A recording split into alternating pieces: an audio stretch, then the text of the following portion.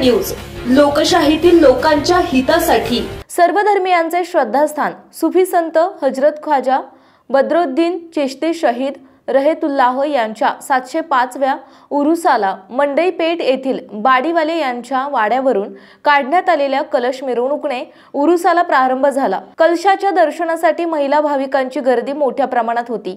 उरुसानिमित्त फुलांची चादर असलेल्या संदल मुतवली युनुस आलम सिद्दीकी यांच्यात फातेखानी होऊन संदल तहसील कार्यालयामध्ये आणण्यात आले।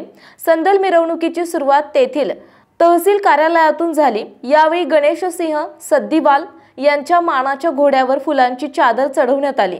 मुजावर गल्लीतून आलेली मानाची चादर नायब तहसीलदार पांडुरंग माढेकर यांच्यासह माजी नगराध्यक्ष जाकीर सौदागर, शिवसेना ठाकरे गट जिल्हा प्रमुख रणजित ज्ञानेश्वर पाटील, माजी कृषी आणि पशुसंवर्धन समिती सभापती दत्तात्रय साळुंखे, ॲडव्होकेट नरोद्दीन चौधरी यांच्या डोक्यावरील फुलांच्या चादरी मानकरी घोड्यावर चढवण्यात आल्या। यावेळी उद्योजक काकासाहेब साळुंखे, सुभाष सिंह सद्दीवाल, राष्ट्रवादी काँग्रेसचे विधानसभा मतदारसंघाचे अध्यक्ष नवनाथ जगताप, आरपीआयचे प्रदेश सरचिटणीस संजय कुमार बनसोडे, युवा नेते विश्वजित ज्ञानेश्वर पाटील, माजी नगरसेवक रत्नकांत शिंदे, माजी नगरसेवक डॉक्टर अब्बास मुजावर, माजी नगरसेवक सरफराज उर्फ बाब्बू कुरेशी, विविध कार्यकारी सोसायटीचे सचिव मधुकर गायकवाड, माजी नगरसेवक बच्चन गायकवाड, वाजिद दखनी, बाळासाहेब होंडगरीकर, दीपक थोरबोले, जनार्दन मेहर, माजी नगरसेवक राहुल बनसोडे, बुद्धिवान लटके, मैनुद्दीन तुटके,